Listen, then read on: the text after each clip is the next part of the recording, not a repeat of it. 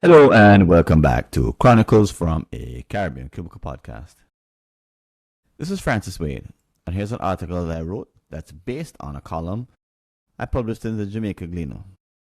This version of that article is entitled The YouTube Strategy School, Why Your MBA Didn't Teach You Strategic Thinking.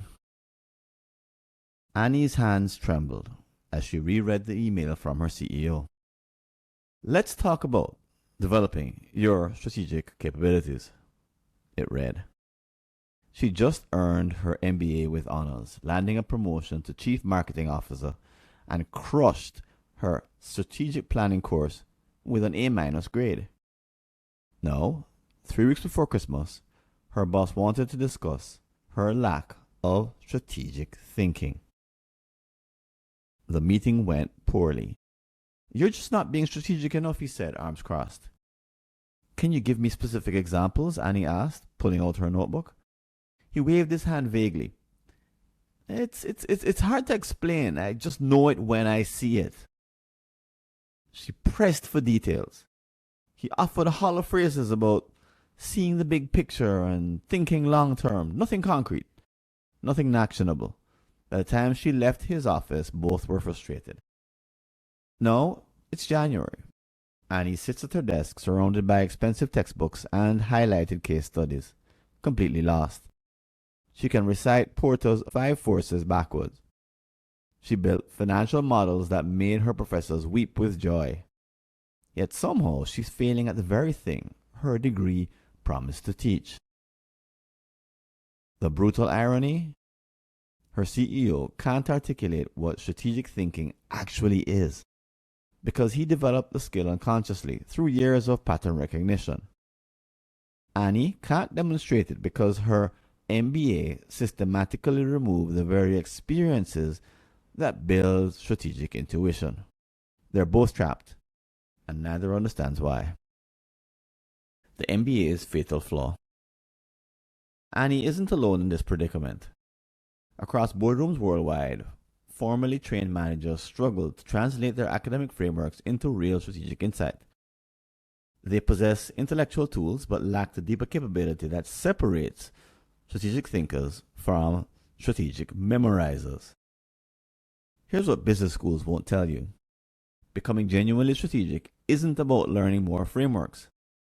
It's about understanding that strategy professionals operate in 3 distinct seasons, and most never experience the first 2. Season 3. Starting from the end. It's Season 3. Creation and mobilization. This is the visible season. Senior leaders gather to create corporate strategy over 1 to 3 months. PowerPoint decks multiply. The C-suite debates market positioning. Consultants bill impressive hours. This is what most people imagine when they picture strategic work. Season 2. Focused skill building. Between major strategic initiatives, professionals identify capability gaps and target specific learning. They read journals, attend workshops, and study new frameworks. MBA programs excel at teaching a few basic Season 2 skills. Season 1. Curiosity-driven exploration. This is the secret season, the forgotten season, the season where strategic intuition actually develops, and it's completely absent from formal business education. Warren Buffett's secret curriculum. To understand why Season 1 matters so profoundly, consider how Warren Buffett transformed Katherine Graham from overwhelmed newspaper heiress into one of the world America's most respected CEOs. In 1963, 46-year-old Graham suddenly inherited control of the Washington Post after her husband's death. She'd been a housewife with 0 business experience. Now she faced a company, competitors, and boardroom dynamics she didn't understand. Terrified but determined, she reached out to Buffett for guidance. What happened next reveals everything about how strategic thinking actually develops. Buffett didn't send her to business school. He didn't recommend management textbooks. He didn't even explain financial statements, despite being one of the world's greatest investors. Instead, according to researcher Cedric Chin, Buffett quietly assembled a curated collection of annual reports from diverse companies across multiple industries. Then he sat with Graham and walked her through them, one by one. But here's the crucial detail. They didn't analyze balance sheets or scrutinize financial ratio. They discussed stories. Why did the CEO make that decision? What pattern do you notice across these three retail failures? How did this manufacturer navigate technological disruption? Over months of discussing hundreds of these narratives, Graham developed something more valuable than financial expertise. She built a mental library of business patterns, a sixth sense for recognizing strategic situations before they fully materialized.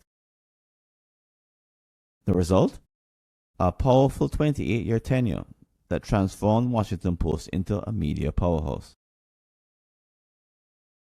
Any MBA professor would dismiss Buffett's approach as unscientific, insufficient, and impossible to grade. Yet, it produced extraordinary results. Why? The ill-structured domain problem. Corporate strategy isn't like chess. Chess has clearly defined rules, limited possible moves, and objective evaluation of positions. Master chess by studying enough positions and you'll reliably improve. Strategy operates differently. It's what cognitive scientists call an ill-structured domain, a field where the rules constantly change, problems arrive with incomplete information, multiple valid solutions often exist, varying contexts determine which frameworks apply, pattern recognition trumps analytical rigor. In ill-structured domains, you don't become expert by memorizing frameworks. You develop expertise through massive exposure to varied cases, gradually building intuition about what patterns matter and which don't. And this is why Annie's MBA, for all its rigor, failed her. Business schools teach Season 2 skills in Season 2 format. Structured, analytical, framework-driven. But strategic intuition develops in Season 1 through unstructured, curiosity-driven exploration of countless business stories. Her professors taught her to dissect strategies. Buffett's method taught Graham to recognize them in the wild. Annie's accidental discovery. Over the Christmas holidays, Annie found herself doing something she normally avoided, falling down a YouTube rabbit hole. It started innocently. She'd always wondered why Apple's iPhone crushed BlackBerry, Nokia, and Ericsson, telecom giants that seemed untouchable until they weren't. A quick Google search led her to a documentary video. That led to another, and another.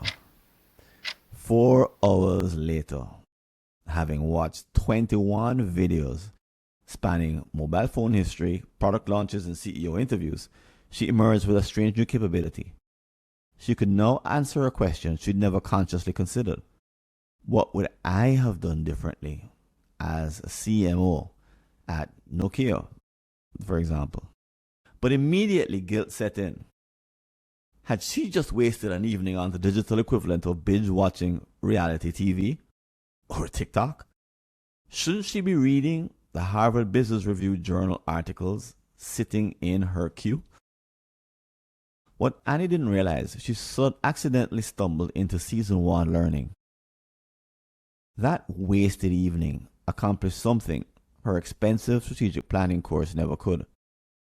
By immersing herself in multiple failure narratives, she began building the pattern recognition library that expert strategists draw from automatically. One case study teaches frameworks. 21 interconnected stories start building intuition. building your own season 1 practice.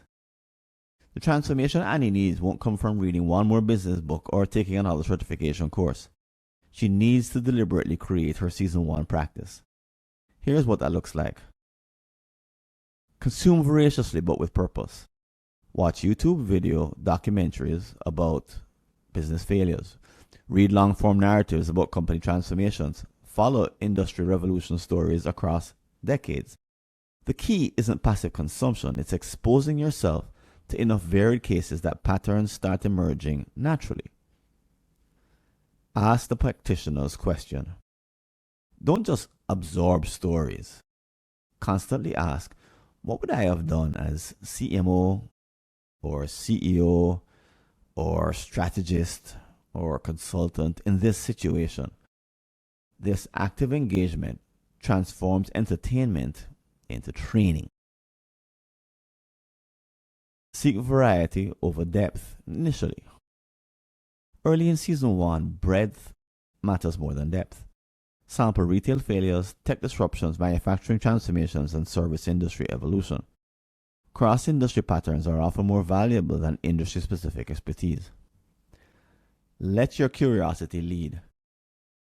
Unlike season 2's targeted learning, season 1 works best when you follow a genuine interest. That 4-hour YouTube session worked for Annie because she authentically wanted to understand mobile phone competition. Connect consumption to creation. Eventually, season 1 exposure fuels season 2 learning, which prepares you for season 3 execution. But the sequence matters. Don't rush application before you've built sufficient pattern recognition. The real competitive advantage. When Annie returns to her next major strategic initiative, her next season 3 moment, she'll show up differently. Not because she learned new frameworks, but because she's developed strategic peripheral vision. She'll recognize patterns her CEO can't articulate but knows when he sees.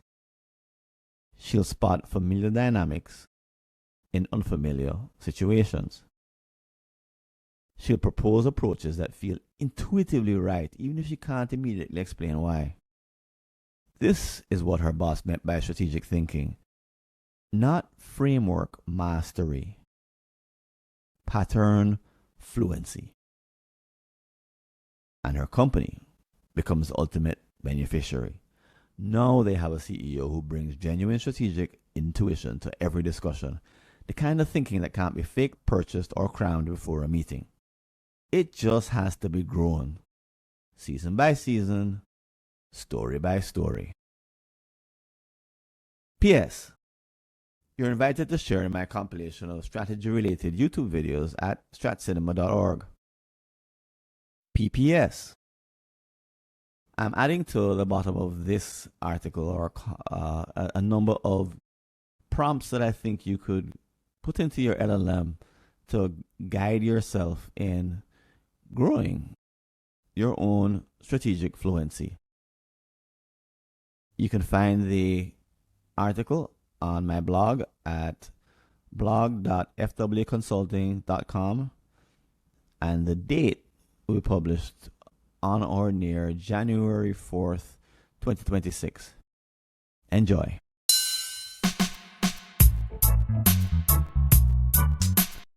Thanks for listening. Do you have an unsolved problem in your Caribbean company related to strategy, productivity, engagement, or business process improvement? Just visit a searchable listing of all my prior articles and you may be able to help yourself to a fresh line of thinking. Go to blog.fwconsulting.com or see the show notes.